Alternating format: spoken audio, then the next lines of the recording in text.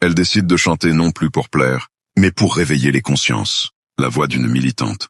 Avant de continuer, devenez vous aussi gardien de ces mémoires, abonnez-vous à notre chaîne, partagez les histoires, et aidez-nous à faire résonner ces voix qui ont changé le monde.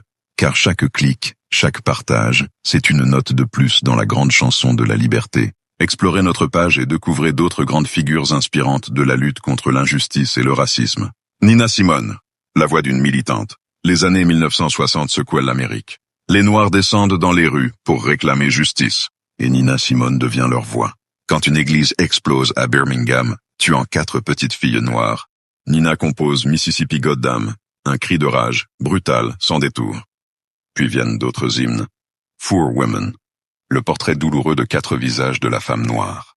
To be young, gifted and black, un message d'espoir pour une jeunesse trop souvent brisée. I wish I knew how it would feel to be free, un chant universel pour la liberté. Sa voix dérange, les radios la censurent, les labels l'abandonnent. Nina Simone devient l'icône de la résistance, mais aussi une exilée dans son propre pays. L'Afrique, retour aux racines. Fatiguée des humiliations et des injustices, Nina décide de quitter les États-Unis. Elle part en quête de paix, de vérité, d'identité. Et c'est en Afrique, au Libéria, qu'elle retrouve ce qu'elle avait perdu. La liberté intérieure.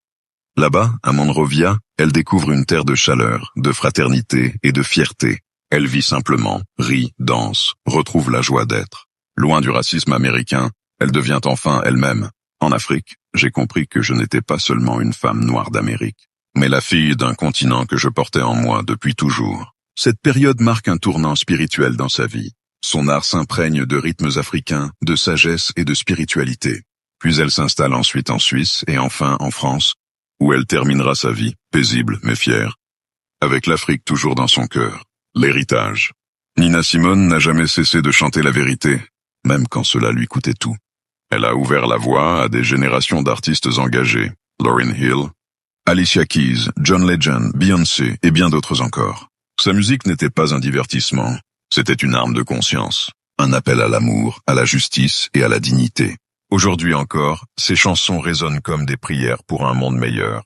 En conclusion, Nina Simone nous a appris que la musique peut guérir, éveiller et même libérer. Elle n'a pas seulement chanté la liberté, elle l'a vécue jusqu'au bout. Merci pour votre attention. N'oubliez pas de vous abonner, de liker et de partager cette mémoire de Nina Simone, symbole d'unité et de résistance. Ensemble, faisons résonner la voix de ceux qui ont osé croire en un monde sans frontières.